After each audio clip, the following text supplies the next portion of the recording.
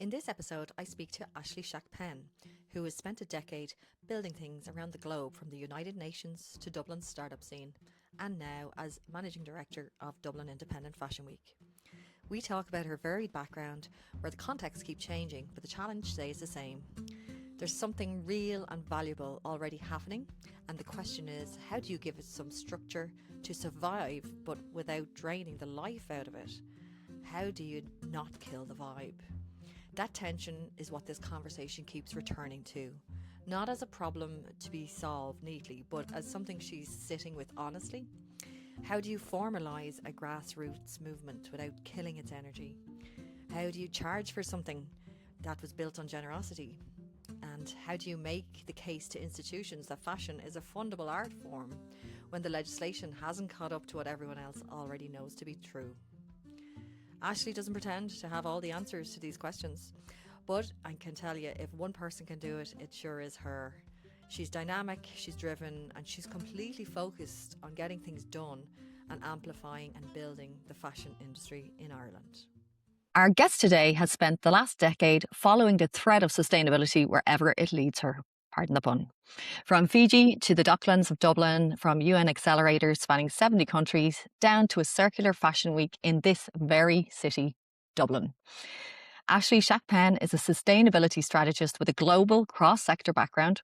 And what's striking about her story is how consistent the through line has been, even as the contexts have shifted dramatically through sectors. She trained formally as a development practitioner, working for various UN agencies, including the UN Global Compact in New York, the UN Development Programme in South Africa, and IFAD in Fiji, and is a published UN author. When she landed back in Ireland, she moved into the Irish startup ecosystem at Dogpatch Labs, the leading accelerator helping startups collaborate on climate-focused initiatives and positioning Ireland as a global testbed for innovation. That program gives startups access to wind farms, dairy farms, forestry, working sustainability into the actual infrastructure of the country. Now she's applying that expertise to circular design in fashion and textiles as the MD of Dublin Independent Fashion Week, where sustainability isn't just a badge, it's core to the work they do collectively. She's someone who consistently builds things from zero with a track record of building early stage initiatives, bringing together diverse stakeholders, unlocking funding and driving strategy from concept to execution, which makes me so pleased to welcome you, Ashley. Welcome. Thanks, Danielle. It's great to be here. Great to have you. So to begin with, maybe we'll start with your career and how you started out, because your LinkedIn profile describes you as formally trained as a development practitioner. I'd love to know what that is and how you got in that way. Yeah, trust me, I didn't even know what a development practitioner was when I first heard it. So I found out that label as it was given to us. But basically, that was my postgrad degree, which was really focused on international sustainable development. So I think, one of the common threads, I guess, or something I've always wanted to do across all of my lines of work is really see how I can best create opportunities for different peoples, different groups or communities, while making sure it's not an extractive relationship. So I really started doing that in the development space, really working internationally in developing countries and stuff. So a lot of my focus was in the Pacific, with the Fiji and Pacific Islands and everything. But there I was working with highland farmers and just ensuring that we could connect them with the really high-end tourist industry, with the people coming from Australia and New Zealand or even the States. And, spending so much money in Fiji, but that money wasn't really going to the people who were living there. So that's what I was doing in the international development space. I actually came to Ireland to do my degree at Trinity College, Dublin. And then I started working for the United Nations. I was running a bunch of different accelerators with them, primarily in what we were calling the Africa Hub. So South Africa primarily, but also Nigeria, Tanzania, Kenya, and everything.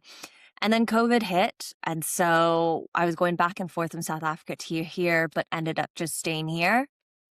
And of course, falling in love, loving it here so much. So I decided to leave my job at the UN and see if I could take those skills of, wanting to connect communities to be able to help them, and also that operational lens, So I started working for Dogpatch Labs here, which is Ireland's leading startup incubator, kind of doing the same thing, running sustainability accelerators, helping people more with their startups, less so like the big companies we were working with the UN, but here's startup founders. So I kind of went from working with like international communities, trying to create opportunities from them, to then startup founders. And I mean, across my life, I've worked either with the nonprofit space or the startup space. And it's very, they might seem like opposite sides of the spectrum, but I guess it's like the horseshoe theory. It all comes together and they're quite similar because at the end of the day, they're both such in need of resources, whether that's people resources, financial, even just time. So, a startup founder and a nonprofit founder are dealing with very similar things. So I found the things I was doing with the UN or working with nonprofits was still really helpful working with startup founders here. Most of it was tech. A lot of, Ireland's tech industry is B2B and a lot of it is software. It was exciting because I could work with some hardware in sustainability. So naturally, when you're working with things like wind farms or electricity or dairy farms, a lot of that's going to be hardware. And I loved that. I was introduced to a lot of design thinking through those accelerators and everything. One of my colleagues who I was quite close with was a lecturer before at NCAD in design thinking, working with some final year students. And I just loved the way he approached different, different situations, which was so different than your traditional entrepreneur, like think fast and break things. That was so encouraged. And in some ways, you do keep that in the design thinking and kind of, I guess, like the art school method. But I found that my colleague was just so okay with like making those mistakes and being okay with those mistakes and showing those to the clients. And like, this was our thought process. Where before I was so trained to just show the client the finished, product. So I was really inspired by that. And as I was kind of coming to my end at Dogpatch Labs and wanting to try something new, I decided to go back to school and do a part-time degree at NCAD. And so that degree is just finishing up now, but it's circular design and fashion and textiles. I've always had an interest and, of course, passion for fashion and design. My mom worked in the fashion industry in Paris and New York and then in LA. So I always grew up seeing that. I was more on the sustainability route, but these days, of course, it's all coming together. So I'm taking that kind of sustainability experience, the operational experience, starting things from the ground, and now really helping designers. So it's kind of moved from, international development communities to startup founders to now designers. And again, I guess you can add that on. It's like NGO founders, startup founders, and designers, they're all dealing with a similar thing of just like not enough resources, not enough hours in the day. Mhm. Yeah, they all have similar problems, and it's such a global resume that you have. You've really kind of been around um, different markets, different industries. Does it feel like they're kind of all distinctly different chapters within your career, or does it feel like it's kind of building into this bigger picture or this bigger singular practice? It's interesting you say that because now I think living in Ireland, I've been here for about 8 years now, and it's probably the longest I've ever lived in like one place besides growing up in California. And I can't help but imagine I'm always wonder to myself, I'm like, is everywhere kind of like Ireland, or have I just been here for so long? Because even when I was in Fiji, we were like, wow, there's so many similarities. People, it's a small island, everyone knows each other, everyone knows each other's business, they all want to help each other. You just go out for a drink with them. But at the same time, I'm working with Mongolia, which is geographically huge, but still the similar energy where it's like, it's so community based and you have to know people to really get things done. People will just invite you into their house and stuff, and they have that warmth and everything. So I don't really know if it's like I'm attracted to those kind of places, or maybe the work I do best is in those places where there's already that community feel. And then it's kind of my job to just come in and just like kickstart those systems and stuff and make sure they're working in the best way possible to benefit those people.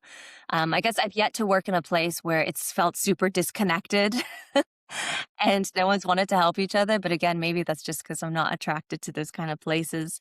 That being said, I haven't worked in the States in a while, which is funny Mm. because I talk to my friends back home and they explain to me how their businesses are working in the States, even in the Silicon Valley where I'm from. And I'm like, it just sounds so different than what I'm experiencing here. Hmm. And is it maybe it's that kind of point of community and that ability to, galvanize community, grow community, and then actually lean on that community as well to kind of help support each other. Because I think Patch is all about that as well, isn't it? It's kind of, that sense of we're all in it together, and helping each other out, and that kind of network of people. Is that kind of that community aspect is kind of where your heart lies, really? Yeah, definitely. And yeah, Patrick Walsh, the CEO and founder of Dogpatch, he's done an amazing job of creating that community. It's like a full pillar of their strategy. And they started off really as like that community, the physical space where startup founders could come and talk and just speak. And then it kind of moved into a more of a programmatic thing.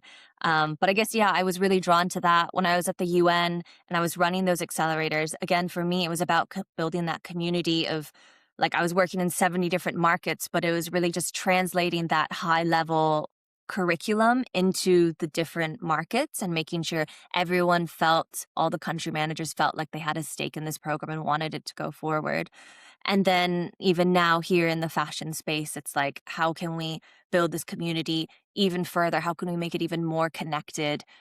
Just beyond the initial, like, oh, we're all so friendly with each other. It's like, how can we make that work for us the best way possible? And I think I suppose the fashion industry itself is probably the most scrutinized industry when it comes to sustainability and sustainability washing. Um, how do you feel? How sustainable is the fashion industry, or can the fashion industry get to? Is there a point at which it can actually be a sustainable model? Yeah, I mean, that's an interesting question when I started my degree that we all asked each other. It's like, can an industry that's built on selling and creating things for people, can that ever be truly sustainable? I mean, to be honest, it might just come to a terms of like redefining what sustainability looks like in this industry. Like maybe sustainability for us is going to look a lot different than sustainability in the energy sector. You know, in my whole, drive of trying to create opportunities for people, I realize that that still is always going to mean making money for people. That's going to drive their businesses. So it's an unrealistic thing to say, we're just going to stop consuming. We're just going to ask the average person to stop going to the high street and buying a shirt that they need tomorrow, but it's more like, how can we make that the most sustainable for the fashion industry? Does that mean, educating the customer on, how to buy more, sustainably or something like that? Is it educating the producer on, okay, can we make these small changes to make something more like less toxic or something, use less of a synthetic material and everything. But again, and I think because of my global experience, I kind of differ from some of my colleagues where I'm not afraid of the globalization of the fashion industry. Again, trying to be realistic. I would love for there to be more of a manufacturing industry for fashion here in Ireland. But at the same time, realistically, there's so much going on. Even in Vietnam, those tailors there have been way more, experienced and are producing way more with higher tech equipment and everything for the last few decades, so we're a bit behind in that. So it's trying to stay realistic. And again, I think just redefining what sustainability will mean for us, here in Ireland. If it's not manufacturing, is it, a focus on what we do have, linen, wool, stuff like that? Mhm. And do you think it is a gap in knowledge? Because I think that if you spoke to the average person who is going into the high street to pick out that shirt for tomorrow, they haven't, an intention to be sustainable or a desire to be sustainable. Do you think it's a lack of knowledge, a lack of knowing where these things are made, how they're made, the processes? Is it an education piece, or is it down to cost? This is cheap, I can afford this. There's a cost of living crisis. Or is it a bit of both? Yeah, I mean, I guess it is both because I remember when we were training the huge businesses through the UN Accelerator, we knew that at the end of the day, there has to be a business case for sustainability. But luckily, many times being sustainable means saving money. It means spending less on things, doing things more efficiently. So we were always focused on how can we like show these S&P 500 companies that at the end of the day, you're going to spend millions less on this. And then you're also going to attract a brand new customer, So it's really speaking to both sides of it. And so I'm really so against, guilting people for shopping at Pennies because they want to, because maybe they have to do that. I think it'd be great if brands could take the onus of actually also educating their customers. I know H&M is trying to do that more on like organic cotton initiatives and stuff. But it's like, how much can we trust a giant company that at the end of the day has to create, bring back money for their stakeholders, that they're doing this for the right reason, So I think it's definitely both. Since starting this degree and even just working so much more with like Irish designers and Irish manufacturers, I myself am so much more educated on materials, but that's not a luxury that everyone can afford. So it's like, how can we best put that into like a easily communicable like little tidbit for the consumer? Is it just like a little swing tag? Is it a QR code? I think there's a huge opportunity in business for someone to crack that. Yeah. And then, so your career is pointed towards like your degree and then the fashion, and now you are the managing director of Dublin Independent Fashion Week. Congratulations. But I would like to just kind of acknowledge the incredible founders who started the Fashion Week, and it was a fashion weekend to begin with, wasn't that right? Exactly. We'll show you the first ever poster here from 2023. You can see Dublin Independent Fashion Week, and then the end is kind of coming off, and it fully came off the weeks after that or the years after that, and it just became Dublin Independent Fashion Week. But it was started in 2023 by a group of designers who were just friends. They had just met at the Trinity Fashion Show. So it was Rian Honora, who has her own studio. Aisling Duffy also has her own studio. Leisha Carey, the Zero Waster, who's Sarah O'Neill. Mihai Mar, who owns Mar Knitwear, Megan McEwen from Seeking Judy, and also Shock of Grey, the jewelry business owned by Sarah Carol Kelly. So they all came together. They decided, it's amazing to see all these small shows across the, city and stuff, but why can't we have something together? And we have all these resources, we have all this knowledge. Why don't we, try and do something with it? So they put together this amazing show in the chocolate factory over a couple days. That, of course, just got so much great feedback and support from the industry. There was that call out of like, why isn't there more of this? And of course, it's so easy to be like, why isn't there more of this? People have been saying that for years, but to actually do something about it, as I'm sure everyone knows, is another question. I always ask my dad that. I'm like, oh, why don't you do this? He's like, that's a great idea. Why don't you do that for me, Ashley? So it's a matter of getting someone else to do it. But yeah, that was in 2023. And then in 2024, they got a grant from the DCCI, so the Design Craft Council of Ireland, to run it for a full week. So that's why it extended to a little bit longer. That was in Smock Alley. And then in 2025, which is when I joined, it was like the biggest showcase yet. They really, we opened up the doors to every and all designer, essentially. We understood that, opening it up to everyone also meant maybe losing a little bit of that creative control, but that was, that meant that more people could join. And honestly, your impact just gets bigger. That's just the reality of growing the business. And so, yeah, that was an amazing year. We finished with a show at the IMA, a closing ceremony at the IMA, which at the time was the largest showing of Irish designers of any showcase. So that was amazing to do. I was really proud of that partnership with the IMA because as we grow, also one of the biggest things we want to do is to get fashion recognized as a fundable art form. And so to be seen and associated with fine art, essentially, which is, of course, at the top of the Arts Council's fundable definitions. That was a really big push for us. So as part of that closing ceremony with the IMA in their grand hall, before that, we had a bunch of different designers come and film some pieces in the Artist Agency exhibition that's on now, actually.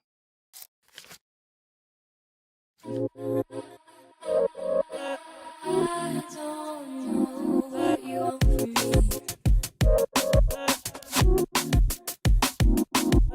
I want you to stay, but I want you to go. I'm not really sure what I want anymore, 'cause you're playing on the floor with me, messing with my sanity. I like what you wear, the way you style, yeah. And when you're playing on the stage,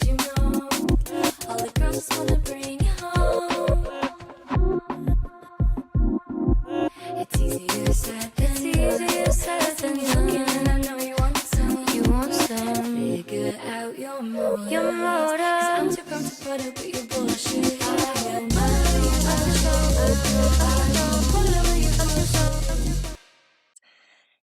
So yeah, and after that, it was again such a successful year, so much goodwill, people coming to us and say, we want to help, we just don't know how. And so I went to the committee and I was like, I think the next thing that makes sense is formalizing this, and again, it's that thing of like, everyone has a great idea, but no one wants to do it. Realistically, all of these designers had their own brands to look after, and that's, of course, always going to be their priority. So we went ahead and we put them on the board of directors in March. So only a couple of months ago, we were officially formalized as a CLG. So we operate as a nonprofit. I'm the managing director. I have Jason Andres as my brand and socials director, and then also Goodness and Fellow as my finance director. All three of us have worked in the corporate setting, so we have that experience really for the governance and everything. So everything now is running full speed ahead towards getting funding, launching new initiatives and everything. So it's a very exciting time for us. Like, it sounds fantastic, and it would, like, it took over social, I think, when all of the activity that was going on just felt like it was so focused, and there was so much energy, and it was kind of like, this sense of finally there's a scene that's visible. The scene was always there, but the fashion scene is really, really visible. So it was fantastic to see it from the outside. From my point of view, I thought, wow, this is fantastic, what's happening here. But that kind of energy, that, like, excitement, and like, and now it's kind of been wrapped in a formal structure and governance. You're kind of talking about some of the maybe less exciting things, about having your board of directors. How do you move such an energetic movement from something that was built from the ground up by the people that really wanted it because they thought, look, there's a gap here and we're not being serviced in the way we want to be, to not, to formalizing it, but not killing the vibe, not killing it altogether, and burying it under structure. How do you wrestle with that? I think that's the biggest thing that we're going to try and we keep at the top of our mind throughout the past few months and also for the next year. It is something that started, it's something that started as a grassroots movement, that no one asked for, but everyone wanted. And I guess, again, that was the thing. It was like people wanted they wanted the formalization, but no one was actually ever asking for it. So it's like, how can we continue making this essentially a business that is able to make enough money to be able to run so we can still help other people while still creating, like, having that creative control. It was really important for me to keep the founders on the board of directors. Right now, we're not growing the board because I still want to keep it, our first year as, a formalized business with them at the strategic helm. I really hope that will keep, that same energy, that same passion for helping people, for creating that community at its core, really. But yeah, at the end of the day, I know making money is almost like a dirty word sometimes, and even when we were coming, I was bringing to the board the different membership options. We're like, this is what we're going to charge people. Again, it was like a 3-hour long discussion of like, how do we charge? Like, what is that perfect amount of money where we can charge people and like run the business, but at the same time, we are independent, we realize that they don't make that much money, that we are the accessible one. So how do we keep being accessible? Even with, we just launched the talent directory, which I'll include a video here of what it looks like once paying members get access to it. But even then, it's like, how do we go through the approvals process if we're, the inclusive fashion week of Ireland and we want everyone to have an opportunity, but at that time we can't accept everyone because then if it's everyone, it's not just a community. So yeah, that's something that we're still in the midst of figuring out, hoping to be able to get there by balancing really, again, that like corporate governance and that drive to, make enough money to survive, and also that creative powerhouse that is our board of directors. Yeah, and it is important that they kind of, I suppose, their vision is still in there at the top of thinking when decisions are being made. But you mentioned there the talent directory. So this has just come out in the last week or so. So people can apply. Is it apply to be on the talent directory? How does that work? Yeah, it's something that's super exciting. It kind of grew out of nothing. I didn't really realize what I'd created until someone was like, oh my gosh, you need to tell someone about this. You need to go to the press with this. But it basically came to be because in the past years, when people have joined Fashion Week and have wanted to do their own event. They've asked us, they're like, oh, do you have a list of models? Do you have a list of photographers? And at first it was just like group chats sending things around. Then it grew to kind of like, okay, here's an Excel spreadsheet. We can send this around. And then as we were formalized everything, and I knew I wanted everything to just like look really put together, I put together a website. And I was thinking, if we have this like back end or this portal basically that paying members are going to log into, what can we offer them? So I was sitting down and thinking to myself, like, we have this intangible community, but what's that physical part that someone can pay and access? And so I thought about all that like priceless, data we had. Of course, with like GDPR, we could just send that out to everyone again. So I was like, okay, we'll create this data, this talent directory. And so because of, all the people I worked with at Dogpatch Labs, a super talented community of coders and everything, I just walked into the office one day and I asked around and someone was like, yeah, I am a coder, but I also have loads of interest in fashion and fashion history and everything. So I started working with someone named Caitlin Davis. She's just in between her undergrad and her postgrad right now, free to just hang around in the summer. So I've been working with her. She's helped code the talent directory, but it's Ireland's first ever talent directory for an independent creative industry, essentially. And we really wanted to democratize that process because so many times you have to go through an agency, which of course, again, agencies, they have to make money themselves, but it's expensive for independent designers. And it's just that barrier, just one more barrier that makes it impossible for them to run their brand. So for us, members get to pay like a one-time fee. They're then able to access that talent directory for as many things as they need for that year. And then also paying that, they get to submit an event for DIFW 26, so which is our week from September 10th to the 16th. And then on the other side, creatives, we're always asking, how can I get involved? They can just fill out that talent directory. If they're a model, they can fill out their name, their portfolio. We ask them to put a little bit more about their practice. So then on the other side, when members are looking through the database, they can say, they can see the headshots, like this person looks like they would fit my aesthetic, but then they can also see their portfolio and be like, yes, this is exactly what I'm looking for. So we just launched it basically on Tuesday. I looked earlier today, we have almost like 200 applications in total that I still need to go through. So I think that in itself has just shown there's such a demand for this type of thing on both sides. We've had talent applications and we've also had members who are trying to get in to access it. So Yeah. That's really important. So there's two ways in which you can connect, through the talent directory or then through becoming a member and then supporting the organization to stay independent, right? yeah. Yeah. Yeah. And then we also do have a third option where if people just want to donate money, they can. We got our first donation from a well-wisher from a completely different industry. But I think that's also what my goal is as managing director these days, is just ensuring that the DIFW brand goes beyond fashion, because that's just even opens even more doors.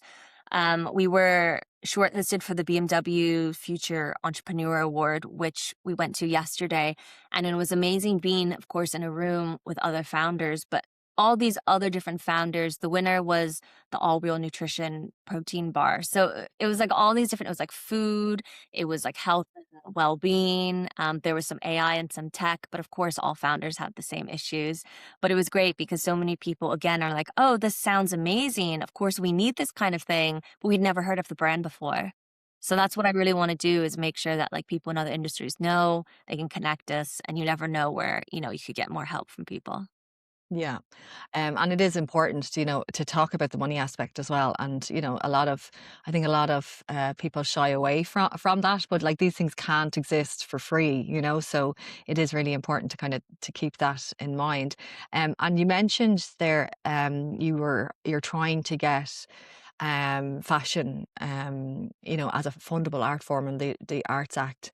What do you think needs to happen to make that a reality? Yeah, so one of our big focuses is in the policy and the advocacy space for this year. We want to go beyond just a week of events from the 10th to the 16th. It's like after September ends, what are we going to focus on? So along with, we also wanted to start doing some professional development, mentoring, reaching out to colleges. We already work with like NCAD and LSAD and work more with students, maybe even secondary students, to get them into the industry. But then the other area we want to work on is policy and advocacy, because fashion isn't seen as a fundable art form by the Arts Council. And I just came up to a head with this a couple weeks ago, because we went to an Arts Council like festival conference. It was basically a conference for festival runners to try and learn more and get money. I was planning to apply for money for a festival, because it was like, okay, at its core, the week itself could be considered a festival. And I spoke to this lovely guy from the Arts Council, and he's like, I'm just going to be completely honest with you, and I don't want you to waste your time, but unless you have fine art or something in your festival primarily, you're not going to get money. And so I appreciated that transparency. But then he was talking about the Arts Act. We looked through it, hasn't been updated in decades.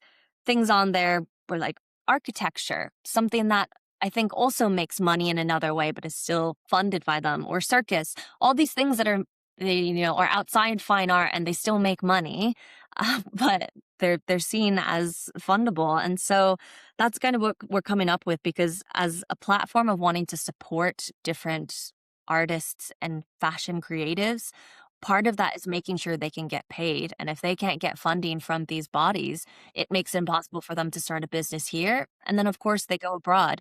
Every industry, that's the case. Like in tech, we were always asking ourselves, why is there such a financial industry here, but there's no fintech startups here? Why do they all have to go to Estonia, even Iceland? We had an Irish founder who went to Iceland because they were better, it was a better environment for them to start their business than here, which is such a shame. And I think the government is just has to catch up with it. Again, that's in both the industries I've worked with in here. It's like there's that demand, everyone's asking for it, but the legislation just hasn't caught up. The Arts Council basically told us to contact our local TD to figure out.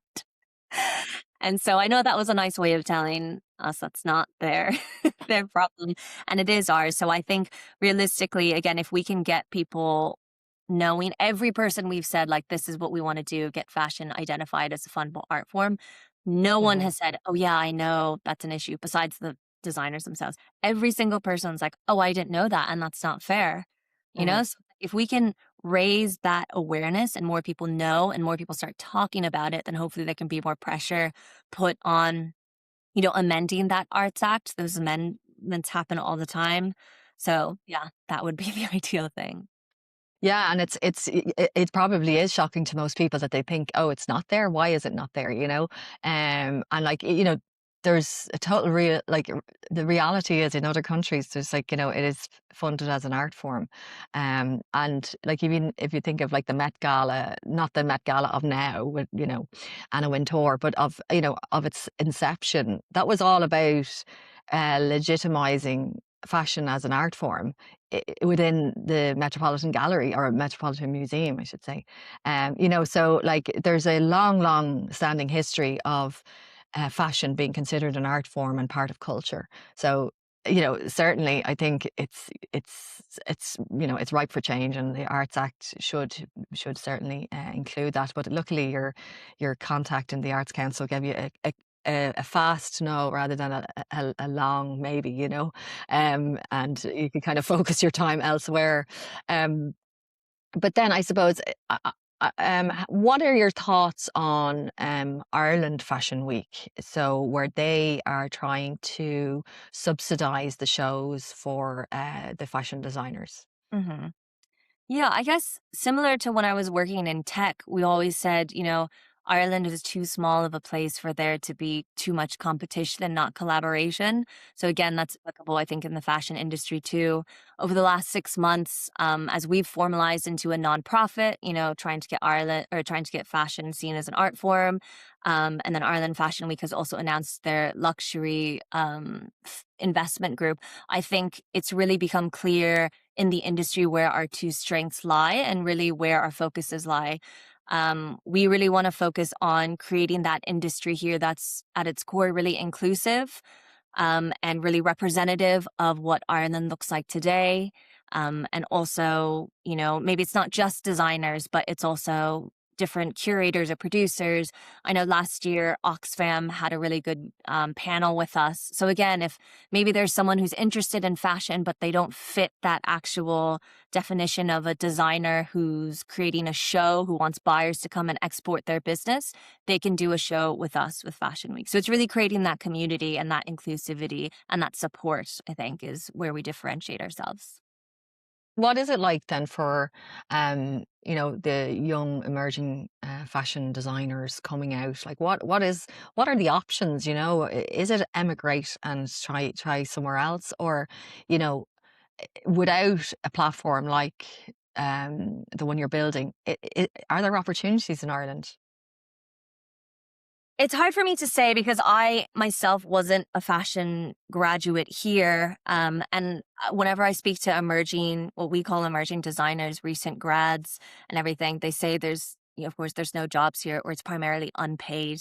Now, I know that that's very common in a lot of different in a lot of different countries for this industry. It's a lot of unpaid work in fashion. Also, a lot of unpaid work in the UN and development space. I guess those things are also very similar, extractive at its core. But I think the difference in other countries is like you do unpaid work.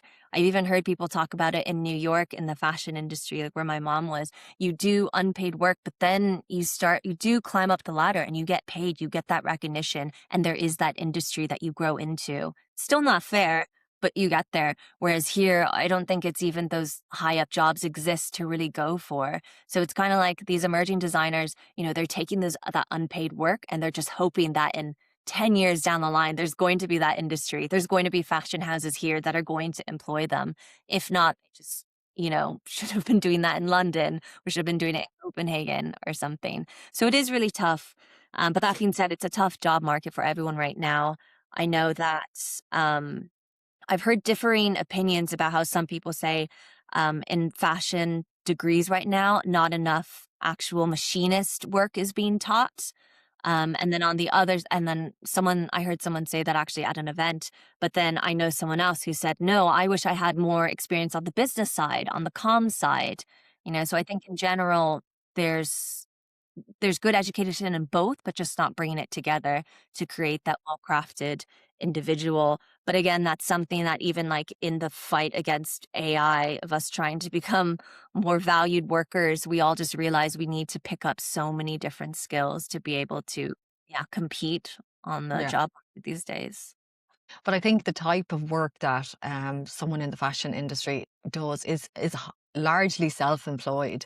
And I know in the design area as well, design and creative subjects, a lot of people come out and they're self-employed too. So it kind of doesn't make any sense that they are not equipped with, even basic business skills and promotional skills and, as you say, comms, to be able to kind of articulate what they do, sell themselves, and find clients. So there's a whole world, that kind of introductory world, which, yeah, you'll make mistakes, but at least you'll have some kind of vocabulary to deal with that.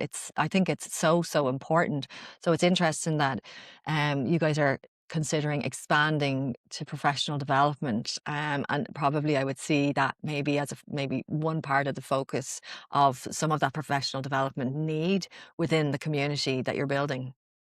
Definitely. Yeah. So because we're in this really exciting scaling phase right now, we're raising money to be able to expand that programmatic part where throughout the year when we don't have the events, we're able to do that mentoring because again, we've had that goodwill of people in the industry who have made, their mark in other countries, but they're Irish, want to come back and they want to help. So they want to be able to teach people. We want to be able to harness that, goodwill and make it into something, whether that's like a mentorship program or professional development type program and everything.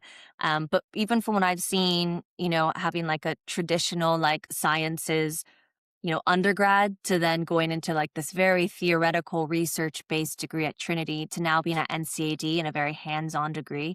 They're all so different in their approaches. And it is almost like through my arts degree, there isn't a focus on how you can make money or how you can make this a business. Because it's not even making money. It's like, how can I make this a business so, you can last, essentially. And so, yeah, when I was working in the startup space, I wasn't seen as the type of person who was focused on the money. They're like, oh, Ashley's a sustainability girl. She doesn't care about that. We'll go to her for other things. And now when I'm in the art space, it's like, oh yeah, Ashley, she's just trying to make money. She's just trying to like make a business and everything. So like I'm the same person. There shouldn't be that dichotomy, you know, but it shows, I think, what the different focuses are in those different industries, and they just need to come together. You're the hustler that's going to get the money, bring in the money. But it's like, it's so important. Like, it's so important to have that person and that mindset and that kind of foresight to say, look, we need to be able to deliver, programmatic things. We need to to be able to deliver mentorship, et cetera, but they need to be funded, and that this is the plan to get there, and that's really, really important. And I wonder, was that maybe some of the first work that you kind of took on as the MD, looking at the system and the ecosystem that you were in, and then this ecosystem you were hoping to build? And was, when you mapped out that system, where were the weak points, and what was fragile, and then what were you kind of like, well, that's fine, that part is fine, but this is what we really need to work on? Yeah, I guess what I was always teaching in the accelerators and like in the business incubators is, of course, the number one thing you always say is like, know your customer. And then in knowing your customer, it's like knowing what their pain points are, putting yourselves in their shoes and being like, if I'm going through this, what are the different things that I'm facing? And only then can you come up with a solution. If you come up with a product and it's not solving anyone's problem, then, it's not going to sell. So I think that's the number one thing I was doing when I was coming into this role. And I was like, okay, I need to formalize everything. Love the admin side, which is why I'm perfect for this type of job. But then it's like looking towards the future, what do we need to provide people? So I think that's how the talent directory came out. We have a constant stream of people coming in our inbox being like, oh, I want to help with this. I want to help with this. We obviously need that help. But again, how can we harness that? So that's where the talent directory came out. Also, I created that because Aisling Duffy, one of our board members, was just overwhelmed with different emails. So I was like, how can I make your life easier so you can step back and do more of a strategic role? Let me take all those emails from you. I'll like automate it into a form, and then we can do this. And also, that's how we can make money from it. We'll charge members so they can access it. So that was definitely one part of it. Now, at this point in June, we're about a month away from releasing the event submission forms. So when members actually want to talk about the logistics of the event they're going to run during Fashion Week. So now I'm in this, time and place where I'm wondering what kind of supports do they need? So we're developing like an event checklist. Like if we do say we're here to help and be inclusive of people who have never run a show before, what kind of questions are they going to have? If I was going to run a show for the first time, how do I find talent? I use a talent directory. How do I find money? Okay, how can we, well, that's a question we're asking too, but how can we connect them with different people to do that? How can we, help them find a venue? So over the past 3 months, I've been on so many different site visits to different venues, and we've finalized 3 different really exciting venue partnerships where they're going to offer us spots to give to our signature level membership. So when certain people want to run an event and they can pay a little bit more, we can provide them with venues free of charge. So again, that's something of like, where are those barriers for them to hold the best event that they want, and how can we help? I think running accelerators also, I was always putting myself in the shoes of like the experience of the person, so it's like they're going to be looking for X, Y, Z. How can we be one step ahead and give them that support? That's great. And then in terms of that, the week of activity, and it's kind of, an open access to people almost to kind of get involved. How do you manage quality, right? Because you want anything that is programmed or associated with the program to have a particular standard, I guess. How do you manage that, or is that even an issue? So that is something we're anticipating. I think it was a really big fear we had last year, or the designers had on the board, because it was the first year that we were really opening it up to everyone. But we had that decision that it was like, if you want to open up and maximize your impact, there's some, oversight you're going to have to release essentially. But what we decided for this year was that we told all of the members, if you pay and you're a member and you're trying to do an event, we will work with you to get you to that minimum standard or whatever to then be included in the show. And usually it's like an aesthetic thing, or not an aesthetic thing, but like a visuals thing. So we have one of our members or one of the people we work with who we've paid just over the years has been a graphic designer, so it's like if all of their content looks really good and everything, then that will ensure that people will come, they'll pay and everything like that. Their own creative, what they want to actually create in their show, again, is completely up to them. But we just want to make sure that we're all at the same standard of like access for people to like know where you can get tickets, know what the show is about and stuff like that. So that's where we're really offering our help, and we've really committed to doing that. So we say that now, and it's probably going to be a month from now, just like more 12-hour days of helping people. But that's why you get in this line of work. Exactly. Long days and longer nights. And is the sustainability aspect like core to those applications? Do people have to consider it? Is it, or is it just a given that they will consider it? It definitely is. So in our membership application, we actually have our core values, and we have them agree to them before they can be approved and they pay for it. So one of the core values is sustainability. I think that is also, in the independent fashion week, a lot of these designers have the ability to be more sustainable because they use upcycled fabrics or dead stock fabrics. They're able to, at its core, do like a slow fashion production. They're not doing massive amounts being made and stuff like that. So sustainability definitely is one of our cores. We're also applying to a bunch of different sustainability funds right now because ideally we would love to be Ireland's first low waste or zero waste, fashion week. But in order to do that, of course, you need a huge capital investment to get things like reusable infrastructure, to get things like, glass instead of plastic. And within those sustainability funds, I've also said that I would love to be able to give small grants to different designers who want to become sustainable. But again, they don't have that money. At the end of the day, they're an emerging designer. They want the best show they can get to attract press and buyers. If it's a sustainability thing, maybe they can't afford it, they won't do it. But if we can provide them that money to be able to do it, something they don't have to worry about, they can focus on their craft, and we can give them that support to become sustainable. But again, all of that costs so much money. So we're looking for sponsors. We're looking for partners in the sustainability space where we can able to achieve that circularity goal for our events. Great. So shout out to anyone in that space that wants to support an incredible independent fashion week, and yeah, get involved and get in touch. But I suppose from your own, like you've got such a vast experience of different contexts and different industries. Is there something from your previous experience that you're looking to implement in Dublin Independent Fashion Week? Is there anything that you're kind of saying, oh, this worked really well in the UN or wherever, and I'd like to kind of bring that to this? I think what everyone has said that I'm very good at and I like to do is creating systems really that run really smoothly. And so, that's why I was great at starting these accelerators. I was given all the content and the curriculum, and it was like, okay, how can we make this into a program? So I'm great at doing those systems of creating the applications, creating the outreach, creating the running of the programs, all those logistics. I did the same thing in the startup system here with Dogpatch, and I'm doing the same thing with Fashion Week here. It's like we have, again, all these brilliant ideas. Every other day, I'll get a text message from a board member being like, oh my God, there's this amazing opportunity.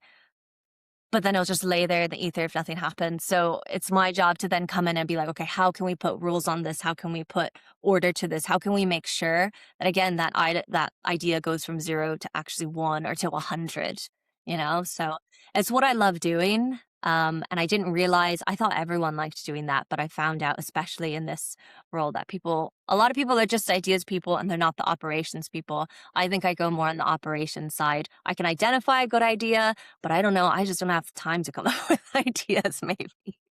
Yeah, but it's so true. Like, I mean, lots of people can have lots of ideas, but it's about actually someone taking the baton like yourself and actually doing them, the implementation. And that's the bit that always gets let down. So like your skills are so fundamental to an organization where there are so many people excited by this and really wanting to get involved in it, but actually haven't got the time or capacity to run with the ideas and make them happen. And then someone like yourself can come along and, you know, look at all these great ideas that are proposed, but then actually say, well, strategically, this one and this one is where it's going to work best for us, you know.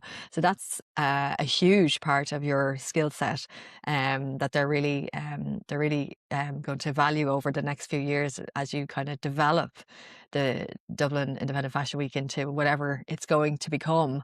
Um, so I look forward to kind of seeing everything, all the twists and turns that you take. So we've spoken about the talent directory and the membership portal and the potential of some professional development. Is there anything else in the pipeline that you can tell us about for the Fashion Week? I think, let's see. I'm trying to think what I can say.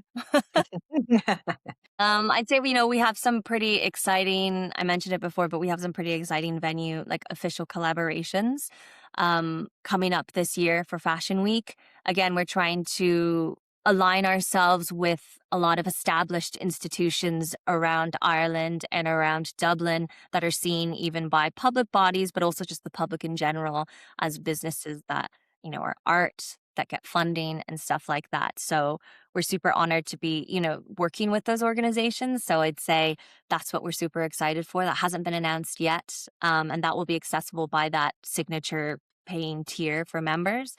So yeah, excited for that. We've again applied for a bunch of funding that, how these things work. We'll probably start hearing from them in the next couple months and everything. But ideally, once we're able to secure that funding, we'll be able to expand beyond just that week into a year-long thing of events and stuff. So when we have that year-long programmatic schedule, then we'll also then be hiring program managers, program development, and stuff like that. So it's just growing the business, growing the impact, and growing the team. Sounds like a really exciting time to be part of Dublin Independent Fashion Week.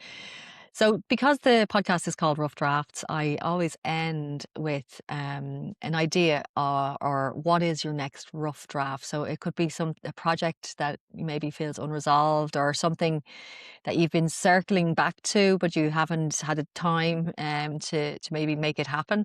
Is there anything that you would consider something that's in rough draft mode for you right now? Yes. That's actually something one of my lecturers basically told me. She was like, Ashley, you need to be more comfortable with the unknown. She's like, you always just try and finish things. So it's an interesting question, but I've been working on something with one of my close classmates from the degree. We're launching a knitwear brand that's really combining the Irish heritage of knitwear, even just like the design and everything, some of the materials, with the Mongolian side. So my classmate is Mongolian, and of course there's all the beautiful yak fibers there, all the cashmere fibers. So what I've been doing over the last couple months is experimenting, mixing and blending those cashmere fibers and yak down with Irish wool and seeing what kind of fibers we can come through with them, seeing then what kind of like garments we can create, and then of course trying to sell that here. So that's something that we're really focusing on. I think with my experience in the startup space, it's been helpful. I also work with a Good Shout studio at Hen's Teeth on supply chain and everything. So that's been really good training. And of course, working with Fashion Week and working with all the designers, knowing what they're up against, knowing what their barriers are. All of that has come together into this own little like passion project of myself and my classmates. So ideally, hopefully we can launch that maybe sometime next year.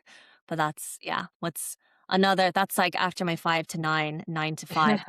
It's my Watch lunch this break space. stuff. Yeah, your side hustle. Exactly. But I look forward to seeing that collection, and it's really it's I suppose it'll give you a really first-hand insight into what the fashion designers that you're trying to support are actually going through, what it feels like for them. Trying to launch a collection and trying to, fund it, get time for it, and all those things that are so important. But yeah, I'm dying to see that when it comes out. Ashley, thank you so much for taking time out of what sounds like an incredibly busy schedule. It's been a wonderful conversation, and I'm literally sitting on the edge of my seat waiting to see what's next. Every time I see, the socials go up, there just seems to be so much energy around the Fashion Week, and I am just thrilled that it's happening in Ireland, in Dublin in particular. So I can't wait to see the event. So do you want to just give a final shout out to some of those deadlines for the involvement, and then when the event itself is going to take place? Of course, yeah. So our website is live now. So it's dublin-ifw.com.